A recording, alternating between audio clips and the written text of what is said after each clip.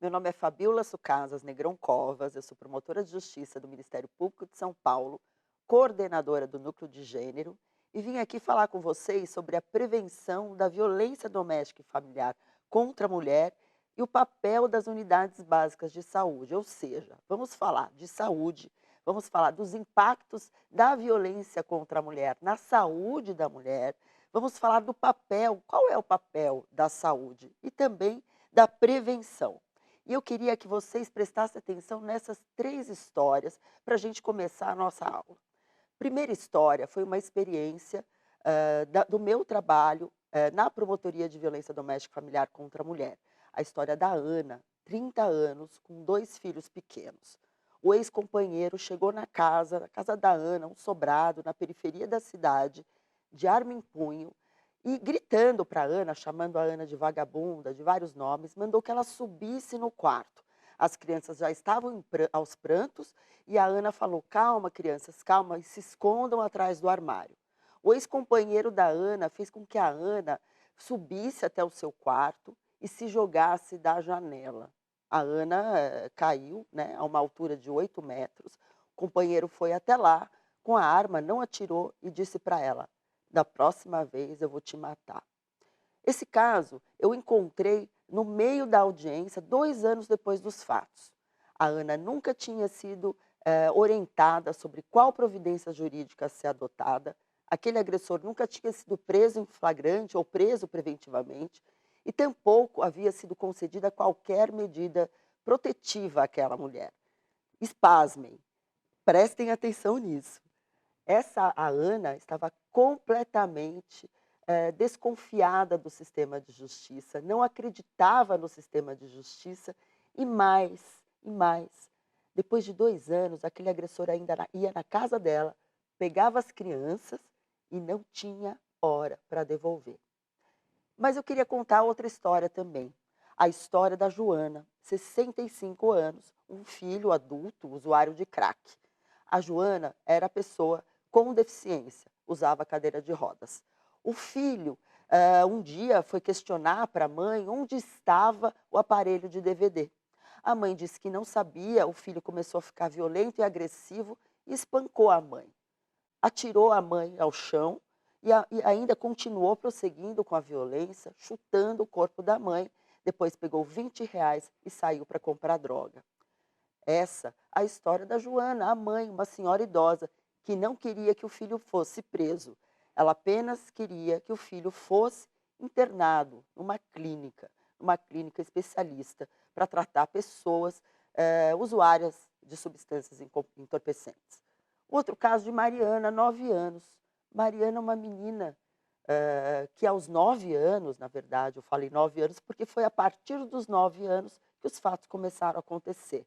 Seu padrasto começava a dizer para ela sentar no colo dele, dizia que ia lhe dar doces, começava a passar as mãos no corpo dela, dizendo que era carinho, até o momento que ele começou a passar as mãos na sua vagina, nas suas partes íntimas. Passou um tempo, aos 12 anos, a Mariana foi lá na unidade básica de saúde fazer um teste de gravidez. Ninguém perguntou para ela o que tinha acontecido. Ela estava grávida. Ninguém ofereceu para ela o direito à interrupção da gravidez. A Mariana engravidou, teve o seu filho. E foi assim que os fatos foram descobertos, foram parar na promotoria de justiça. E o que elas têm em comum? Elas têm em comum a violência doméstica e familiar contra a mulher, com a aplicação da Lei Maria da Penha. E tem em comum também a saúde na história da sua vida, ou a saúde como um resultado direto pelas lesões sofridas, pela violência psicológica sofrida, né? Ou a saúde até em que implicou aí uma relação com o agressor, impelindo a que o agressor tivesse que usar os serviços de saúde, mas também mostrou algumas ineficiências desse sistema de saúde. Muitas vezes o sistema de saúde é visto como um lugar de medicalização. Então eu dou um remédio para depressão, né? E não quero saber qual é a causa dessa violência, né? E esse é um dos problemas que nós já temos que começar a trazer aqui para a nossa aula. e trazendo já dados da Organização Mundial de Saúde. A Organização Mundial de Saúde diz o seguinte, que a violência física e a violência sexual é um problema de saúde pública e que afeta um terço de todas as mulheres do mundo. E mais, o último relatório de 2021 da Organização Mundial de Saúde apurou que esses números permanecem inalterados. O que isso significa? Que ao longo da vida, uma em cada 3 mulheres são submetidas à violência física, à violência sexual, e vamos ver que os agressores são geralmente parceiros íntimos ou ex-parceiros, e essas violências permanecem com o mesmo quadro desde que a Organização Mundial de Saúde fez o seu relatório de 2002. Na verdade, a OMS diz que nesta última década esse quadro permaneceu inalterado. E digo mais, essa violência começa cedo. E eu quero chamar a atenção disso, porque uma em cada 4 mulheres jovens, de 15 a 24 anos, que estiveram em um relacionamento já teria sofrido algum tipo de violência por volta dos seus 20 e poucos anos. E os agressores? Quem são esses agressores? Então, os dados aqui, a gente tem a pesquisa do Fórum Brasileiro de Segurança Pública, a vitimização, invisível e invisível, aponta que cerca de 70% a 80% dos casos são pessoas com quem essas mulheres tiveram ou têm relacionamento íntimo. Pesquisa de 2019 diz que o número dessas agressões aumentou em 37% e naquele momento o agressor estava bêbado, estava drogado ou então tinha comportamento passional, possessivo, de ciúmes, inconformado com o fim do relacionamento. E esses homens não são homens vistos como pessoas de mal. Não, são homens trabalhadores, pessoas de bem, primários e de bons antecedentes. Essa mesma pesquisa é que eu vou trazer para vocês 3 fontes. Pesquisa visível e invisível, da Datafolha e do Fórum Brasileiro de Segurança Pública, do Instituto Senado Observatório da Mulher, que foi feita em junho de 2017, mas também temos atualizada em 2019, e também temos o estudo Padrões de Violência Domiciliar associada ao álcool no Brasil, de Arilton Martins Fonseca, da Unifesp. Tenho que trazer dados da saúde aqui. Falando um pouquinho mais de feminicídios, nós sabemos que a própria Organização Mundial de Saúde aponta que o Brasil é o 5º no mundo que mais mata mulheres, são 4,8 homicídios por 100 mil mulheres, ou seja, inclusive dizendo que esses homicídios acontecem 30% nos domicílios das mulheres. E cerca de 61% deles são praticados contra mulheres negras e contra mulheres jovens. Esta pesquisa do Anuário Brasileiro de Segurança Pública, de setembro de 2019, apontou que o ápice da mortalidade se dá aos 30 anos de idade. E que existe uma grande incidência de feminicídios entre os 20 anos e os 49 anos de idade, ou seja, na idade reprodutiva das mulheres. As mulheres, esse aqui é um outro dado importante para a nossa conversa, que as mulheres correm maior risco de sofrer estupro e violência doméstica, pasmem, do que câncer, do que acidentes de carro e malária, dados do Banco Mundial. Sobre os estupros, estima-se 527 mil pessoas no mundo, aliás, no Brasil, são vítimas de violência sexual. Dessas, 88,8% mulheres, 70% crianças e adolescentes, 50% menores do que 13 anos de idade. A pesquisa da nota técnica do IPEA, que fala sobre o estupro no Brasil, aponta que os agressores são em 92% homens e que aqueles agressores de crianças são pessoas próximas, pais, padrastos ou pessoas conhecidas da vítima, mais de 50%.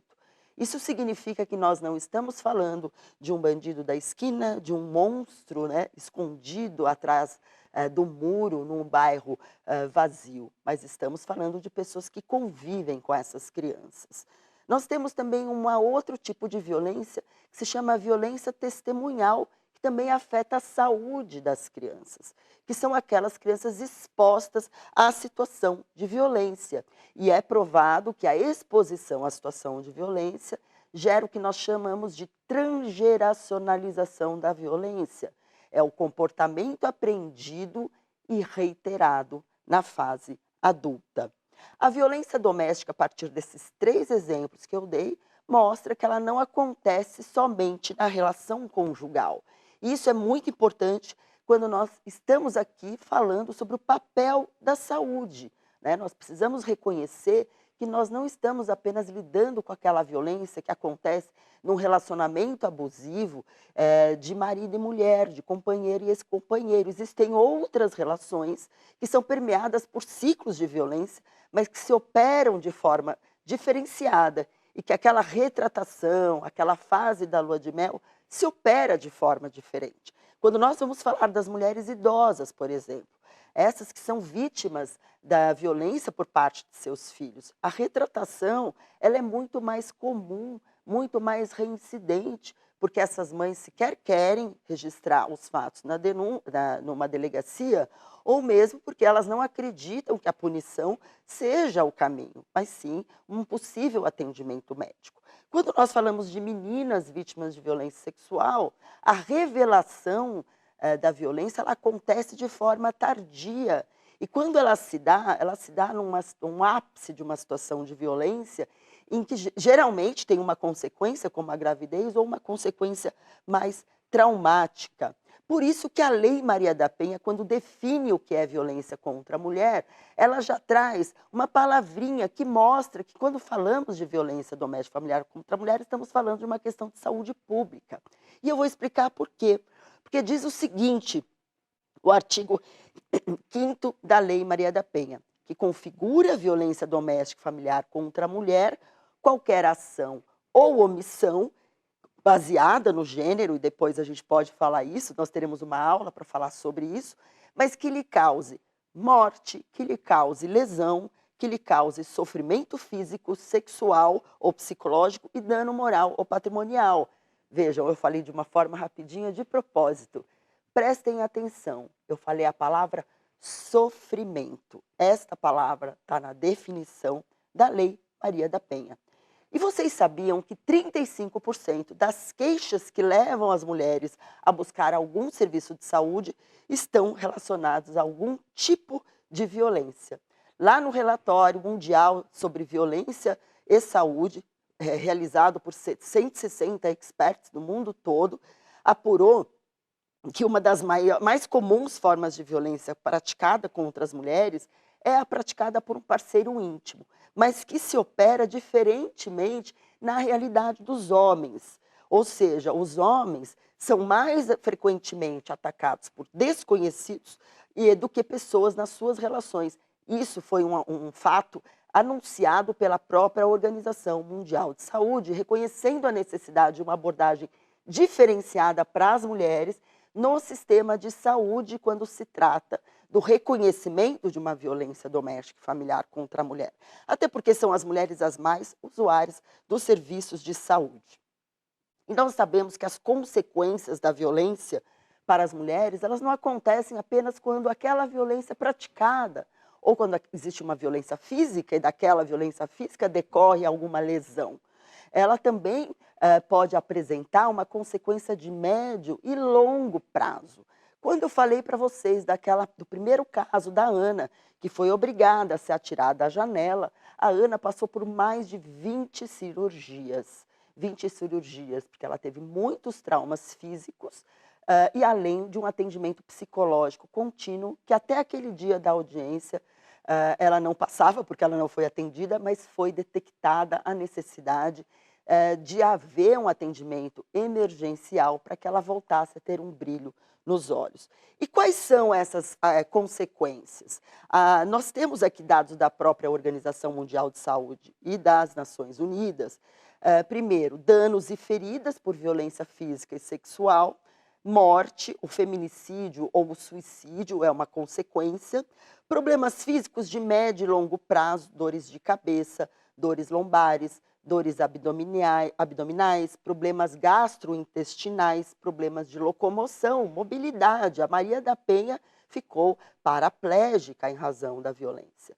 Existem enxaquecas, gastrites, dores difusas, às vezes não é uma dor determinada, problemas ginecológicos ou de saúde reprodutiva, além de problemas de saúde mental, e a perda de anos de vida saudável, o que implica também em perda de produtividade e perda de capacidade laborativa. E a questão aqui é que nem sempre esses sintomas aparecem como explicitamente decorrente de uma violência doméstica e familiar contra a mulher. Um outro dado que a própria também OMS trouxe é que as mulheres expostas a uma situação de violência têm 2 vezes mais chances de sofrer depressão. Mas não é isso, porque esse já é um dado conhecido. Mas um outro dado que eu queria chamar a atenção, tem quase 2 vezes mais chances de ter problemas com álcool. E aquela vítima que tem problemas com álcool, ela é muito mais estigmatizada do que quando um autor de violência tem problemas com álcool. Não vamos nos esquecer que um dos mitos em relação à ideia da violência doméstica é que a sua causa é em razão da bebida, né? E aí se patologiza a violência ao invés de responsabilizar o agressor. Então, quando aquela mulher chega para prestar um depoimento, ou mesmo atendida num sistema de saúde, às vezes a compreensão de que ela é bêbada, de que ela é uma pessoa dependente química, não leva a credibilidade da sua versão. O abuso sexual também traz consequências graves para as meninas. Estresse pós-traumático, transtorno de comportamento. Sabemos que 16 a 58% das mulheres estupradas são infectadas por pelo menos uma infecção sexualmente transmissível, gonorreia, sífilis, HIV, dentre outras. A gravidez também é uma consequência apurada pela nota técnica do IPEA, cerca de 7,1%, mas ela aumenta em 15% quando nós consideramos os casos em que há penetração vaginal e quando a faixa etária é entre 14 e 17 anos de idade. E aí eu quero trazer um outro problema, porque quando nós falamos de uma gravidez, e nós estamos falando de violência sexual, né, decorrente de estupro, nós estamos diante de um direito reconhecido pelo Código Penal desde 1940, que diz respeito à interrupção desta gravidez. Ou seja, é um serviço que deve ser ofertado pelo sistema de saúde. Em relação às testemunhas, as crianças que testemunham a violência, também aponta que essas crianças podem sofrer depressão, ansiedade, a própria violência em relação aos colegas. Eles também estão mais propensos a comportamentos de risco, como suicídio, abusos de substâncias entorpecentes, álcool, fuga de casa, envolvimento com prostituição, com outras práticas ilícitas, em especial a violência sexual. Nós temos também dados de que crianças que ficam expostas à situação de violência apresentam sintomas do transtorno de estresse pós-traumático, como xixi na cama, pesadelos, e tem mais risco do que os seus pares de ter alergias, asma, problemas gastrointestinais, dores de cabeça e gripe. A violência contra as mulheres, ela tem repercussões, segundo a OMS, muito maiores, então, do que aquele causado à vítima propriamente dita. No seu entorno, nós temos as crianças expostas e também esses homens acabam apresentando esse comportamento reiterado, que serve como modelo para que haja a transgeracionalização da violência. E o diretor-geral da Organização Mundial de Saúde, quando foi falar sobre o aumento da violência doméstica na pandemia, disse o seguinte: a Covid, ela pode ser interrompida com uma vacina, mas quando nós falamos de violência contra as mulheres, não existe uma vacina que possa interrompê-la. E ele disse o seguinte: só podemos lutar contra isso com esforços sustentados e enraizados. E ele aponta aqui a necessidade da interlocução dos governos, dos indivíduos e da mudança de comportamentos, buscando o relacionamento saudável. Mas eu queria chamar a atenção aqui nos meus poucos minutos de aula, que a saúde, ela é um direito fundamental do ser humano. Está previsto lá na nossa Constituição, né, e que deve o Estado prover as condições indispensáveis ao seu pleno exercício. Mas vamos lembrar que o artigo 3º, parágrafo único da Lei 8080/90, diz o seguinte: a saúde diz respeito não apenas a não ter doença, mas sim a que o Estado proveja o bem-estar físico, mental e social. Existem duas leis que eu queria trazer aqui para vocês. A primeira lei é a Lei 13.427/17, que inseriu no Sistema Único de Saúde o princípio da organização do atendimento público específico e especializado para mulheres vítimas de violência doméstica, violência em geral. Um outro é a Lei de Notificação Compulsória, que desde lá de 2003 define esta notificação nos casos de violência contra a mulher. Veja, não só violência doméstica, mas toda forma de violência contra a mulher. A notificação é um instrumento importante para nortear as políticas públicas de vigilância epidemiológica. E esse instrumental também se traduz num instrumento de comunicação externa. Claro, a comunicação à polícia deve ser feita, mas pautada com a anuência da mulher e nas situações de risco que esta lei prevê. Mas eu queria trazer aqui uma boa notícia. A saúde também reconhece que este tipo de violência ela é evitável, ou seja, se é evitável, é prevenível. O feminicídio é considerado a última etapa de uma série de situações de violência. Então, para deixar aqui algumas dicas aqui para vocês que são profissionais de saúde, né, que de alguma forma a notícia chega para o espaço da saúde, se não de uma forma deliberada, mas de uma forma camuflada através dos sintomas, que não basta medicalizar pura e simplesmente. É preciso haver um atendimento acolhedor. Quais são os pressupostos necessários para prevenir a violência? Conhecer, investigar, explorar e implementar. Quando nós temos a lei de notificação compulsória que traz esse instrumental da notificação e da comunicação externa, eles devem ser utilizados a partir de alguns critérios. Então, aqui ficam as dicas. Vou dar 8 dicas para vocês para encerrar a nossa aula. Primeiro, conhecer a realidade da violência doméstica e familiar contra a mulher, a sua dinâmica, as suas características, quais são as formas de violência, quais são os sinais, quais são os fatores de risco e quais são os instrumentos da Lei Maria da Penha.